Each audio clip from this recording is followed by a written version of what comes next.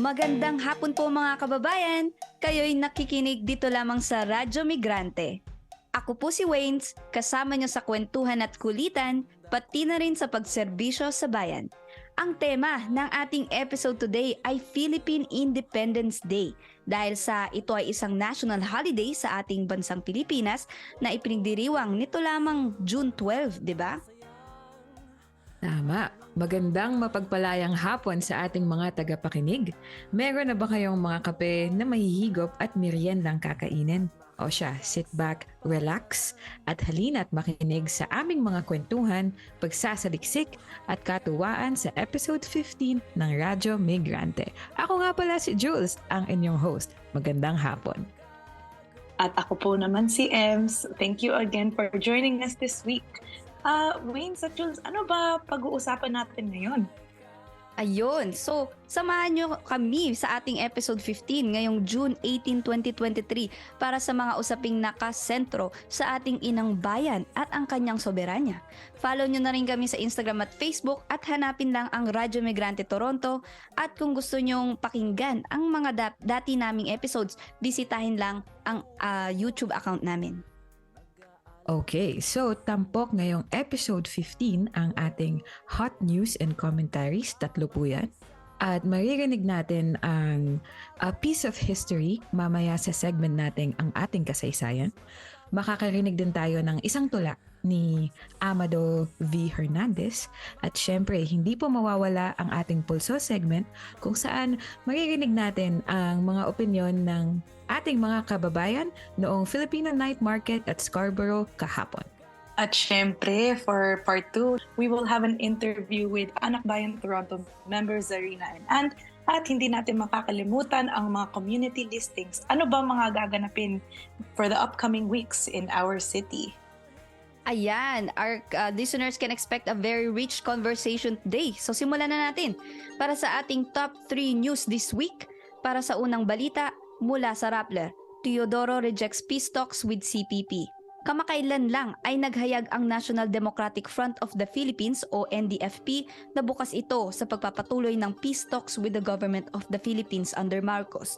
Ngunit nang tanungin ang newly appointed Defense Secretary Gilbert Gibo Teodoro patungkol dito, ang sagot niya ay tutol siya sa peace talks with the Communist Party of the Philippines. Ang CPP ay isang revolutionary organization sa Pilipinas. Sinasabi nilang ang tungkulin nila ay sugpuin ang laganap na kahirapan at pananamantala sa mga ordinaryong Pilipino sa pamamagitan ng armadong pakikibaka laban sa kasalukuyang estado. 50 taon na nang masimula nito ng founder na si Jose Maria Sison. Sinabi ni Julie De Lima, interim chairperson ng negotiating panel ng NDFP, no? Sabi niya, quote, "It comes as no surprise that recently appointed Defense Secretary Gilberto Teodoro has always been against pursuing peace talks with the NDFP. Teodoro was one of the main implementers of Upland Bantay Laya, which is one of the bloodiest counter-revolutionary campaigns under the previous Arroyo regime." End quote. Binigyang diin ni De Lima na ang pagpatuloy na military presence and interventions of the US here is an obstacle to creating favorable conditions for peace negotiations. Yun ang sabi niya. At para naman sa pangalawang balita, mula sa Bulatlat, 35 years of CARP, farmers' call for genuine agrarian reform remain.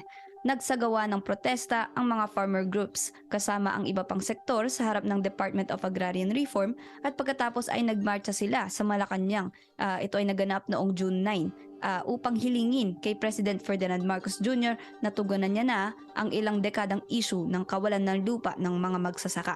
Oo nga, despite 35 years of CARP or Comprehensive Agrarian Reform Program, malaki pa rin ang issue ng kinaharap ng ating mga magsasaka. Ang panawagan daw ng KMP o Kilusang Magbubukid ng Pilipinas ay 5 calls. Una, ihiwalay ang monopolasyon ng lupa.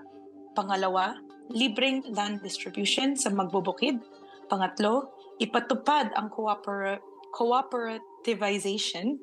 Pang-apat, magbigay ng intensive support services. At pang-5, bumuo ng rural industries para sa national development. At para naman sa huling balita, quick updates muna tayo. From Rappler, Mayon Level 3 Evacuation Order.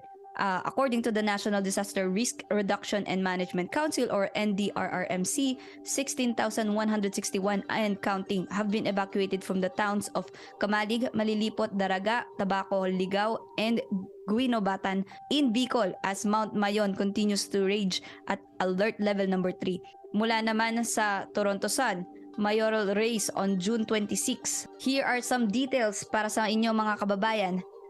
To vote in the 2023 by-election for mayor, kailangan ikaw ay isang Canadian citizen, ikaw ay at least 18 years old and a resident in the City of Toronto or a non-resident of Toronto but you or your spouse own or rent property in the city and not prohibited from voting under the law. Any Canadian students living in Toronto for school, pwede rin kayong bumoto. Kung wala pa kayong natanggap na voter's identification card, maaari kayong mag-register sa myvote.toronto.ca. Huwag lamang kalimutan dalhin ang inyong mga identification cards tulad ng driver's license. From CNN Philippines naman, jobless Filipinos reached 2.26 million in April.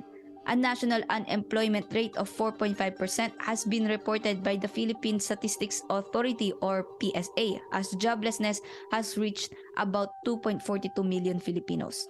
With this high rate, it is also expected to have a fluctuation of unemployment as the rainy seasons begin sa Pilipinas. At iyan po ang ating mga balita. Patuloy po kayong nakikinig sa Radyo Migrante dito sa Toronto's Best Filipino Community Program, Vibe 105. Ngayon naman magbalik tanaw tayo sa kasaysayan at kultura ng Pilipinas. Pakinggan po natin. Ako si Jules, bringing you today's segment of Ang Ating Kasaysayan. Tara, let's learn more about our history to remind ourselves that history is not just information of the past, but history is a way that we get to know more about ourselves as Filipinos and our culture. Okay, Waynes and M, kunyari mag-game show tayo, okay? Magtatanong ako at ang sagot ay nasa choices A, B, C, or D. Ang unang sumagot magbabas sound. Pwedeng sa bibig galing, ganun, or like bang, bang. Kayo nang bahala dyan. So sasabihin ko yun, buzzer ko na lang para distinctive kay Wayne's. Quank, quank. Sige. Okay lang naman din yan. Okay, diba? Okay. Basta yung unang sumagot, yung unang mag-bus, siya yung unang kong tatawagin. Okay, ready na ba kayong dalawa? Yes Alright. po. Okay, una at huling tanong. Ano ang tamang date ng Philippine Independence Day? A, May 12. B, July 4. Letter C, June 12. Or D, June 23. Ready? 1, 2, 3, go! Boom, boom! C, ang aking sagot. Okay, June 12. ikaw, Parang nabanggit ko yung kanina. Cheating ba yun? Parang nabanggit ko na kanina. Hindi ko na hindi natin alam. Ang tamang sagot ay letter C, June 12. Ayan, meron kang isang mahigpit na yakap ang iyong prize, Wayne. So, June 12 or June 12, 1898 to be exact, ang Philippine Independence Day. Pero alam nyo ba, there was a time in the Philippines between the years of 1946 to 1964 that the Philippine Independence Day was celebrated every July 4th. Halina't himayin natin ang mga kadahilanan, mga kababayan. Iwinigayway ni Emilio Aguinaldo ang bandila ng Pilipinas noong June 12, 1898 sa Kawit, Cavite bilang isang simbolo ng pagpupugay sa pagkawala ng Pilipinas sa sakop ng Espanya. But, did you guys know that this Declaration of Independence was actually not recognized by Spain and the US? Yeah, Spain merely pushed the Philippines into the grabby hands of the United States. Sa madaling salita, binili ng Amerika ang Pilipinas mula sa Espanya sa halagang $20 million. Before the Republic of the Philippines was established, the Filipinos were actually governed by the Commonwealth of the Philippines since November 15, 1935, and earlier by the government of the Philippine Islands, both during the American occupation of the Philippines, which lasted from 1898 to 1946. The sleazy United States, of course, set economic, immigration, and military agreements that were put in place before granting the independence of the Philippines. And it was all under the Tithing McDuffie Act. it is written in the act that the US should maintain its military forces in the Philippines and to call all military forces of the Philippine government into US military service. Pagdating naman sa economic agreement, dapat daw all corporations were exempted from taxes. And when it comes to immigration, actually they are allowing Filipinos to immigrate to the United States. They are actually encouraging 50 immigrants per year. Yun ang quota. But when Filipinos go to America during this time, they were actually not even recognized as US citizens, despite the encouragement to go there. 50 immigrants to be exact, right? But once the Filipino immigrants, nung nakarating sila sa US, they were actually denied naturalization rights.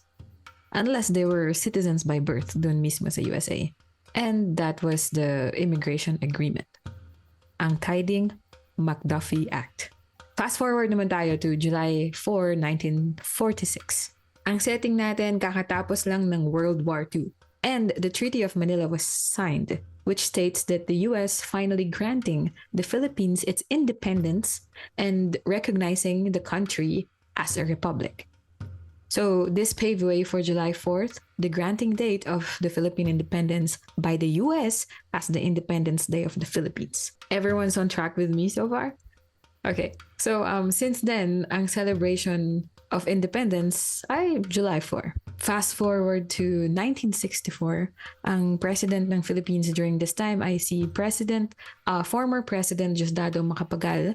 He actually signed the Republic Act number 4166 designating June 12 finally as the Independence Day of the Philippines. Yay! Finally! Malaya na ang Pilipinas. O malaya nga ba talaga?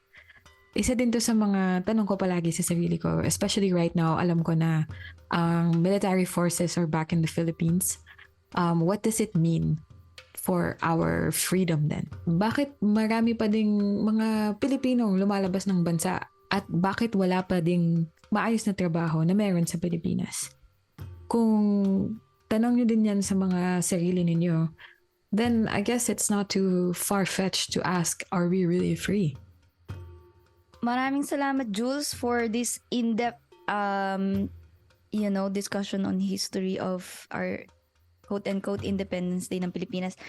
It's so fitting dahil sa later on nga makakausap natin si Czarina at si Ann, kung saan mas pag-uusapan pa itong sinabi mong independent ba talaga ang Pilipinas kung meron pang mga polisiya katulad ng EDCA or Enhanced Defense Cooperation Agreement in place sa ating bansa. So excited ako at sana ay excited din ang ating mga tagapakinig para sa usapan na yon.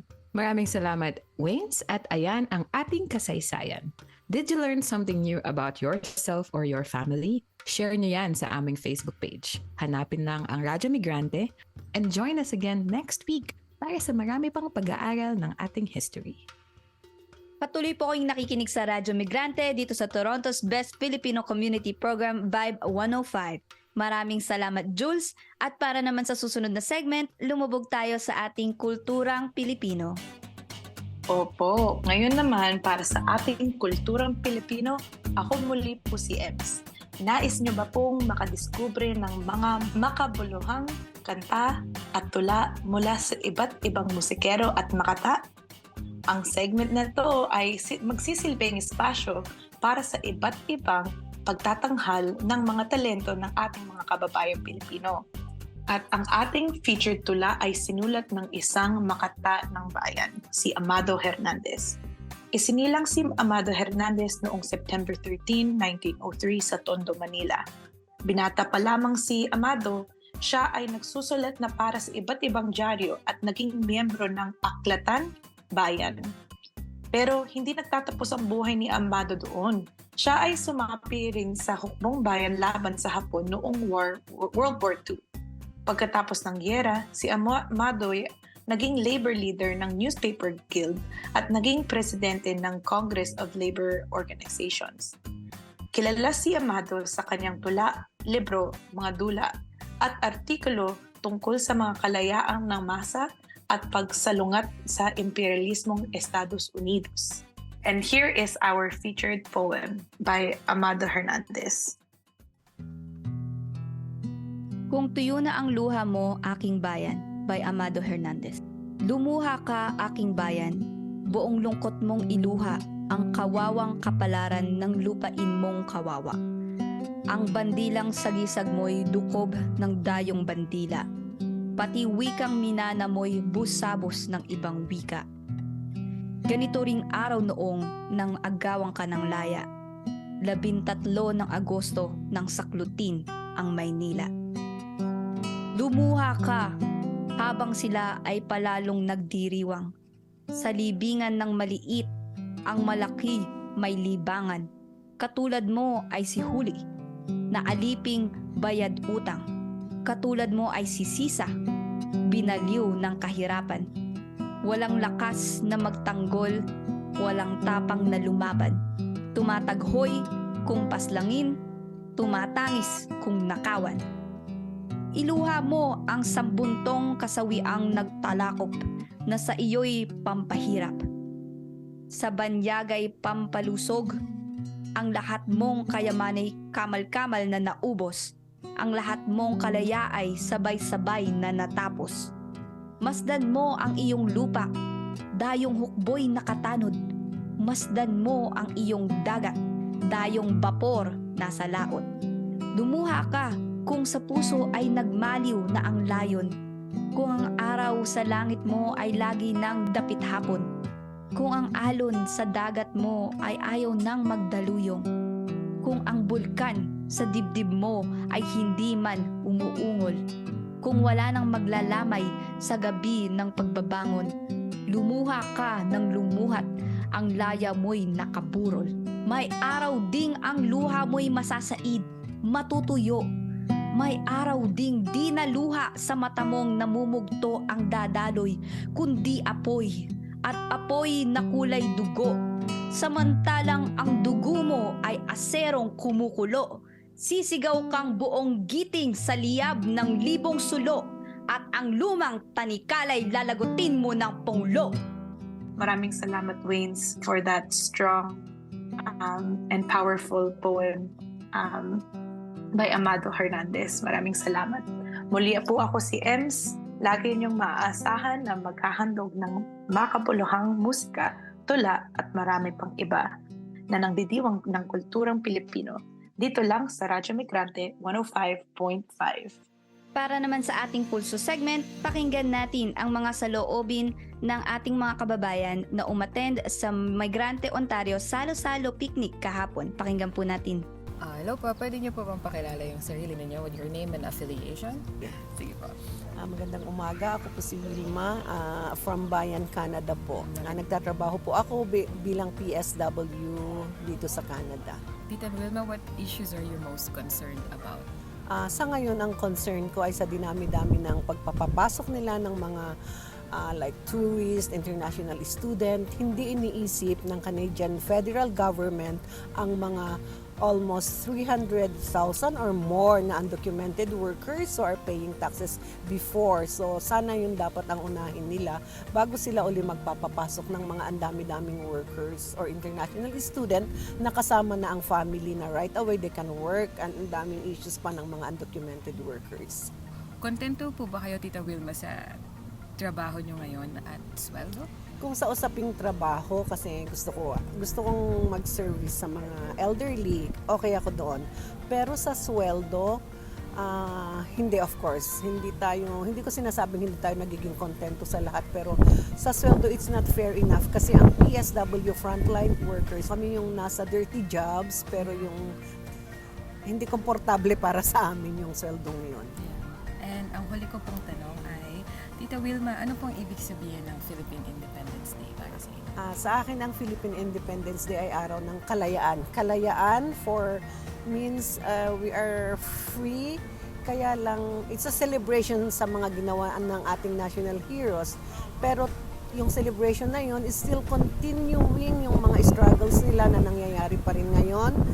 At we have to be critical dahil ang kalayaan na yan ay hindi pa natin nakukuha. Dahil kung nakukuha na natin, wala nang lumalabas ng bansa, wala nang nagrarally, hindi na kailangan ang peace talks. Yun po, wala nang nagugutom. At iyan po ang ating Pulso segment sa linggong ito. Maraming salamat sa mga dumalo ng Migrante Ontario Salo-salo picnic kahapon sa pakikibahagi ng kanilang karanasan. Patuloy po kayong nakikinig sa Radyo Migrante dito sa Toronto's Best Filipino Community Program, Vibe 105. Huwag kayong aalis mga kababayan. Makakasama natin si Czarina, Campo at Lago ng Anakbayan, Toronto. At mapag-uusapan natin ang tungkol sa ating inang bayan at ang kanyang soberanya. Patungkol na rin dito sa ating Philippine Independence Day. Mapapakinggan po natin yan after the break.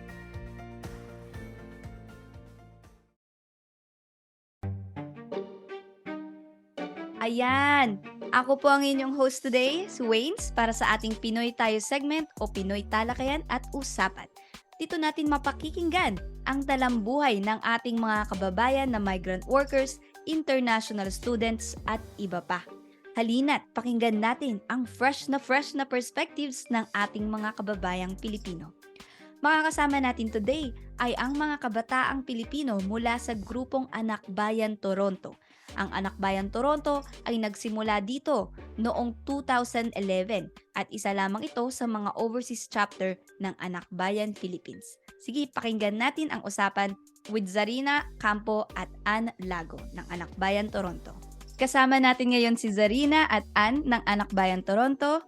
Welcome to Radyo Migrante, Czarina at We're so happy to have you here with us today. Sige, pakibati ang ating listeners at ipakilala nyo na rin ang inyong sarili. Hi, so ako po si Lago and I'm part of Anakbayan, Toronto. Just in reality, I actually joined this year in January and it's been a great ride with everybody. Hi everyone, I am Czarina and I am also part of Anakbayan Toronto, and I have been a member for just a year and a bit since beginning of 2022, so it's also been just a great ride so far. Can you tell us a little bit more about what Anakbayan Toronto is? Anakbayan is a National Democratic Comprehensive Mass Organization, which means that we are basically an activist group that aims to agitate, organize, and mobilize fellow youth workers, peasant youth, students, Moro youth, indigenous youth, and migrant youth, and other national minorities youth. Okay, well, ang topic ng usapan natin today ay ang Philippine Independence Day na tumatapat sa June 12. Ito ay isang national holiday sa Pilipinas. At ngayong taon is actually the 125th commemoration of Independence Day. Sa iba't ibang panig ng mundo, makikita natin na mayroong mga events to celebrate this day, tulad na lang ng gala night sa may Mississauga.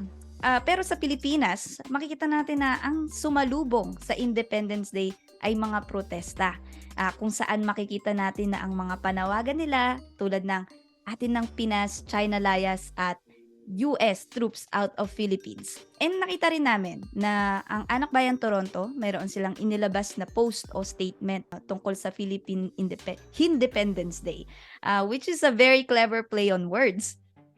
Can you just tell us more about ano ba itong Independence Day? What does it mean? So as far as I understood, the clever play on words as well na Independence Day is Philippines was never actually liberated, or we never really got to be independent, kasi currently what we're fighting for is American colonialism. So ibig sabihin noon, yung mga presidente natin, especially dating back decades, is naging puppet ng American government to achieve their agenda, which is basically use yung Pilipinas for its geopolitical advances. For instance,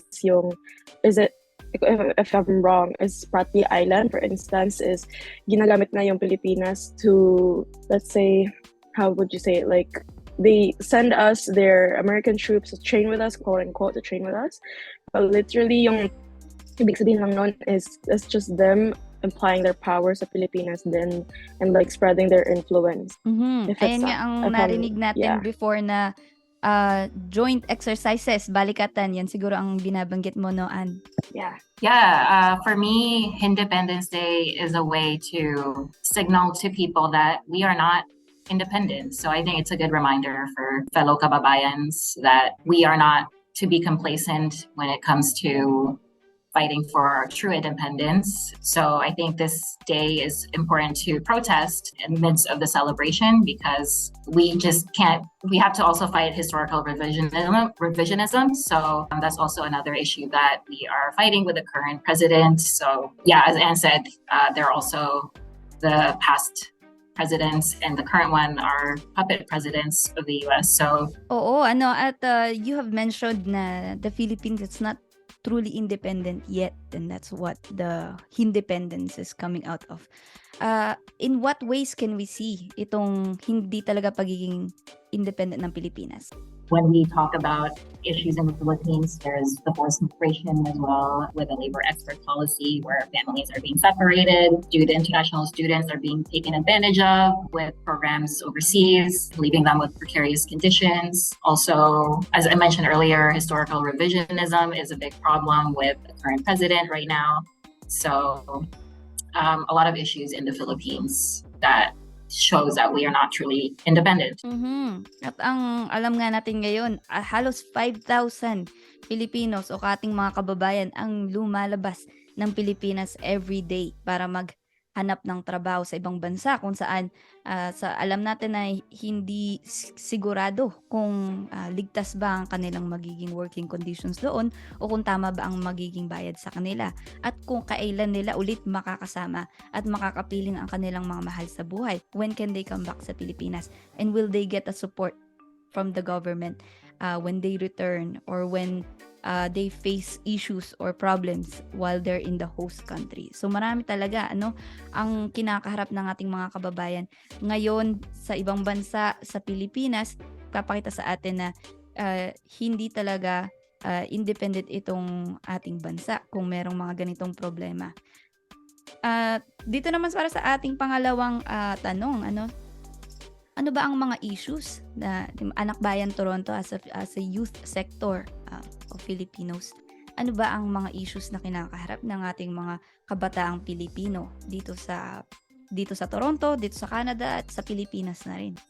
Specifically in Canada, we see a lot of problems with similar even in Toronto and outside of Toronto for Filipino youth and students. As mentioned earlier, the precarious work conditions, they don't have much rights for international students because they are not permanent residents or neither Canadian citizens, so their voices are often not heard. There's racism that we also go through, and identity issues, not knowing where they came from, being made fun of for their accents, specifically just a part of racism, really. And mentioned earlier too is family separation. So I guess that connects to the forced migration. Gusto ko lang idagdag for Czarina's what she mentioned, yung identity then for like Filipinos, not even sa Canada lang, but like everywhere in the world, but hindi na sila nasa Pilipinas, is that they're kind of like there's an issue right now like on social media where Filipino kids who are not in the Philippines are not considered as Filipinos, but then they're the ones who are trying to reclaim their identity then. So yeah, there's kind of like that like neglect din para sa kanila kasi ayaw tinatanggapin ng culture nila, kasi hindi sila makapagsalita ng lingwahe, or they don't know much about the Philippines, but they're trying their hardest to reclaim it. And yung para na lang din sa akin yung naisip ko para sa mga kabataan sa Pilipinas is they can't express themselves as much as we can dito sa Toronto. For instance, like trying to voice their opinions out on political matters. Kasi pag doon, we know about the anti-terror bill, which is gonna label them instantly as being against the government and magiging terrorista. So that kind of like puts them in a scary place as well. Na whatever they have to say, kahit hindi sila nakahawak ng baril or whatever, they're gonna be seen as a criminal. Yun na lang din sa akin. So, ito namang, kung ito ang mga kinakaharap ng mga kababayan natin, ano ang nakikita natin kapag iniisip natin ng isang independent na Pilipinas? Anong pumapasok sa ating isipan? Ano bang itsura nan? Yan ang gusto natin malaman, Kasi yan din ang gusto, syempre lahat tayo gusto natin ng independent na Pilipinas. Ano bang itsura nan? Anong itsura nan? Sige, paki-describe naman sa atin. I daydream about this all the time and wonder what that looks like. And for me, I think the root is really serving the people. The root is really serving the people and the most oppressed. We do a lot of political education in Anakbayan, and we know that 75% of Filipinos are peasant farmers. And we often don't hear about what their struggles are because we tend to think Philippines is just Manila. So a true independent Philippines will look like serving the oppressed people. Yeah, I think that's mostly it for me.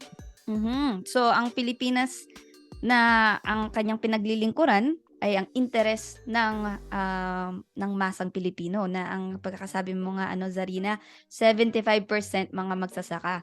So ano ba ang interes ng mga magsasaka natin sa Pilipinas? Anong kanilang kahilingan? Yeah, I think most farmers, if not all, want their own land to work in, not to be subservient to landowners that don't care and just profit off of their greed, and basically ending feudal relations between the landowner and the laborer. So ayon nga sa'yo, Czarina, lupa para sa mga magsasaka. Mangyayari lang ito kapag nagkaroon ng tunay na reforma sa lupa. So ayan ang isa sa mga nakikita natin para sa isang independent na Pilipinas. Sige, pagpatuloy pa natin, anong may dadagdag mo dyan? Anong nakikita mo sa isang independent na Pilipinas? Para sa akin, yung iniisip ko na lang pag independent talaga yung Pilipinas, hindi natin kailangan umalis ng Pilipinas. So, ibig sabihin na lang sa akin nun is may pag-asa tayo doon, like we have opportunity sa trabaho, tama yung pagbabayad sa mga tao, and yeah, yung mga sa magsasaka din. Kasi yung akin na lang din, yung something that I found, excuse my language, I found ridiculous is yung sa atin, like we are an agricultural country, pero yung last ko narinig is we have to get our rice from outside. We had to get it exported, and which is very ridiculous kasi as you guys mentioned, like more than half of the Philippines is farmland na kaya natin magpatubo ng sarili nating pagkain. We can grow rice, we can grow whatever, like mangoes, like kahit ano pang mga prutas, and we could sustain ourselves. Pero yeah, yung iniisip ko na a truly independent Philippines is a country that we are able to support our own economy and our own people using our own help. Yun na lang iniisip ko.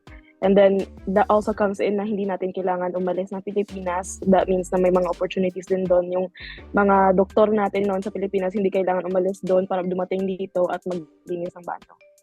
Yun na lang sa akin. Like, so students doesn't have to imagine a life as well in the future where na kung gusto nilang umunlad sa kahirapan, kailangan nilang i-process yung papeles nila para makapunta ng Amerika or kung saan man. At pwede lang sila maka-apply ng hospital doon. And their education will still matter kung anong napag-graduate nila, anong diploma nila. They don't have to do all that process again, and sometimes it doesn't really turn out as the best case scenario pag pumunta sila ng ibang bansa.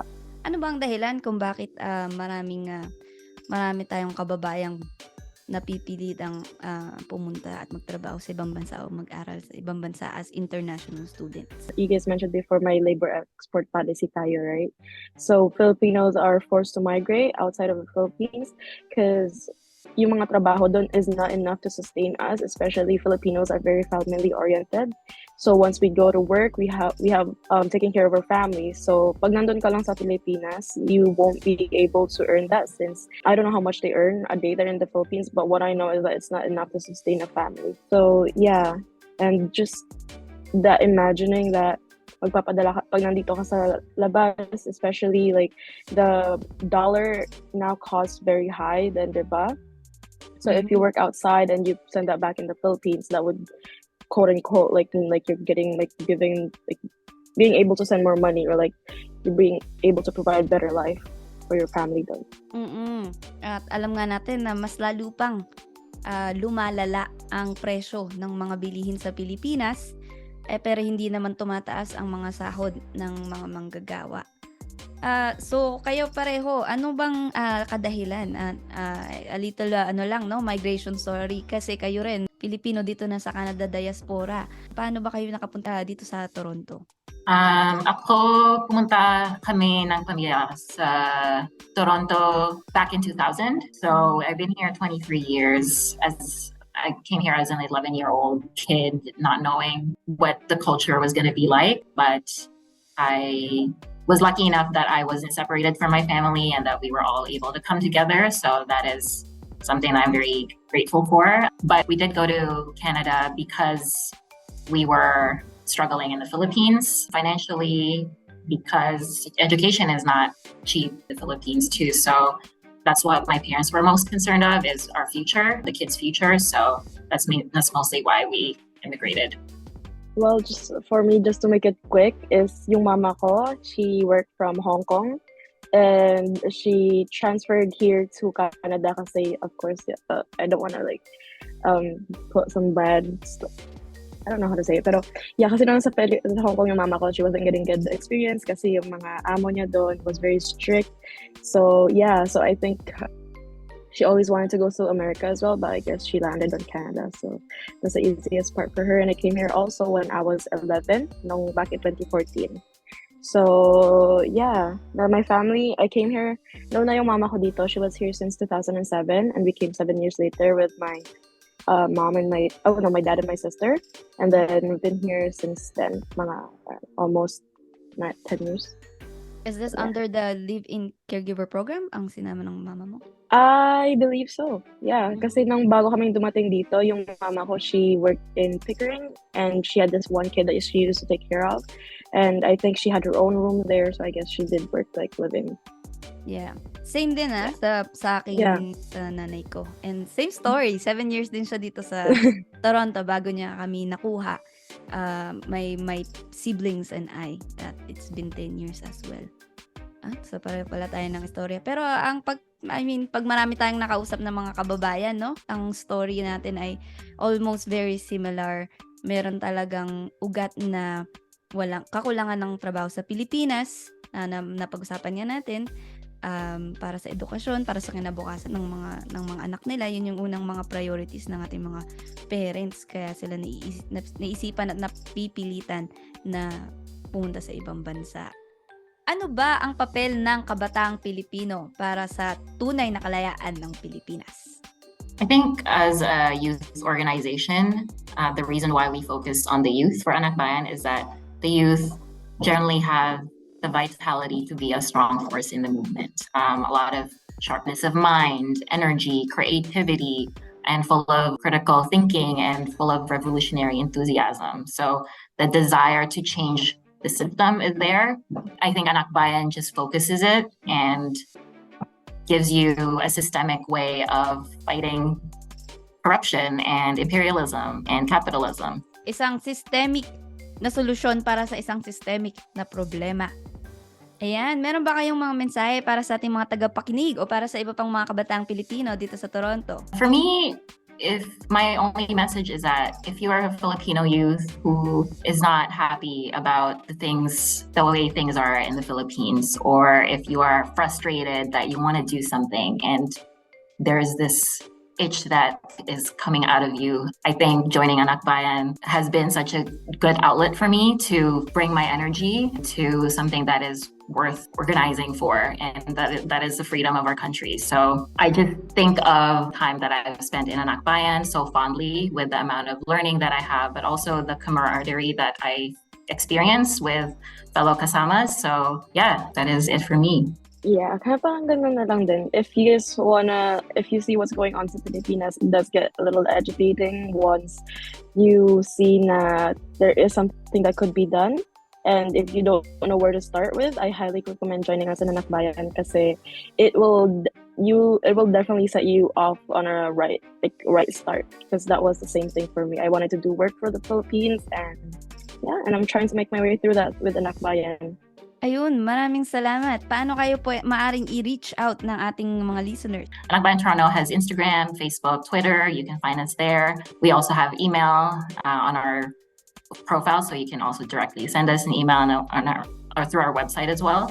And we have upcoming events that you might be interested in going to. So we have going on right now, Pride Month or Maki Beki, that is coming up. And then in July, we have the Pisona. Ayun, maraming salamat Czarina, Campo at Lago from Anakbayan, Toronto for taking the time to speak with us today.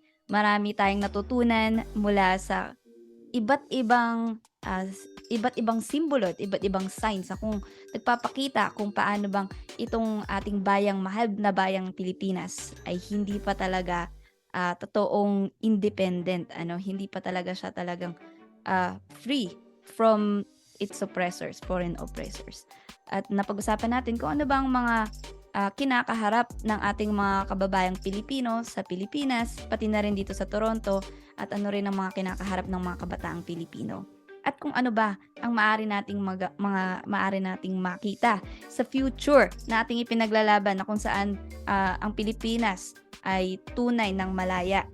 At dyan po nagtatapos ang aming interview. Maraming salamat sa pakikinig sa Radyo Migrante. Nandito lang kami, Vibe 105.5 FM. Ako muli si Waynes, naghahatid sa inyo ng mga fresh na perspectives sa ating Pinoy talakayan at usapan o Pinoy tayo. Siyempre, to stay updated sa happenings sa ating community, ito ang mga events at announcements. Mga friends, di ba naaalala ninyo ang kwentuhan nila ni M kasama si Tita Olivia from Malaya and Tito Oswald from Mandamos tungkol sa Mandamos petition. Nag-share din sila ng petition link to support ang pag-appeal sa COMELEC to release ang true transmission logs, not reception logs.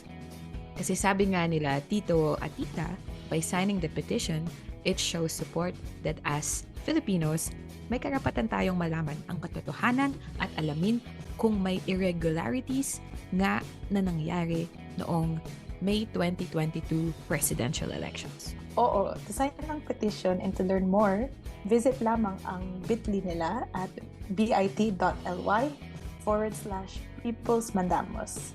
Sa June 24 naman, iniimbitahan po tayo ng iChirp Canada or International Coalition for Human Rights in the Philippines, kasama ang Philippine Network in the United Church of Canada, Canada-Philippine Solidarity Organization at ang Student Christian Movement ng Canada para alamin kung ano ang ginaganap sa Interfaith Fellowship and Learning Tour sa Pilipinas noong February 27 to March 9. Importante mapakinggan ang karanasan ng mga tumayo para alamin kung ano ang realidad na hinaharap ng ating kapwa Pilipino. Register sa bit.ly/faith report. Maraming salamat, M. Sa June 24 din, ng 1:00 ng hapon or 1 p.m. sa Nielsen Park Creative, ang Philippines Artist Group of Canada ay iniimbitahan tayong lahat sa annual exhibit nilang Paleta 35. Kung mahilig po kayo, tumingin ng sari-saring sining at gustong makilala ang mga ibang Filipino-Canadian artists, tara sa Paleta 35. Libreng admission to, no? May kasama pang pika-pika. Okay, kita-kits doon mga kababayan. At sa June 25 at 2 p.m. naman sa may Ines Hall, tara at panoorin natin ang bago at patok na pelikulang Oras de Peligro or Hour of Danger. Directed by Joel Lapmangan, written by Bonifacio Ilagan and Enrique Ramos, and starring Cherry Pie Picache and Alan Dizon. Magkakaroon din tayo ng discussion after the film screening. At sa parehong araw, June 25, from 12 p.m. to 4 p.m. sa may Park Downs View Park naman tayo mga kababayan, ang CESO or Caregiver Connections Education and Support Organization ay iniimbitahan ang mga caregivers and families na sumali sa summer picnic nila. Libre ang admission, libre ang pagkain at libre ang mga paglalaro. Grabe, baka may isaw dyan, ha? naisip ko lang kasi yung isaw kasi alam mo sa Taste Atlas Best 50, ang pinakamasarap na Filipino food, top 16 in the world, ang isaw, according to sa Taste Atlas Best 50. Pero anyways, sa CESO, kaya tara tayo sa CESO, mag-register lamang tayo sa caregiverconnections@gmail.com. Na-stuck ako sa isaw. Masarap siya kasi with suka. Okay, at noon po nagtatapos ang ating community announcement. Medyo madami, pero sana makita namin kayo doon. Meron pa ba kayong gustong i-promote na community event or petition? Message lang kami sa Facebook, Instagram, or email at radyomigrantefm@gmail.com. Interesado ba kayo na maging bahagi ng Radyo Migrante? Halina't sumali sa Radyo Migrante Collective. There are open positions for new researchers, scriptwriters, interviewers, co-hosts, editors, and social media coordinators. Message nyo lang kami sa aming Instagram, Facebook, or email. Mahanap nyo kami as Radyo Migrante o Radyo Migrante Toronto.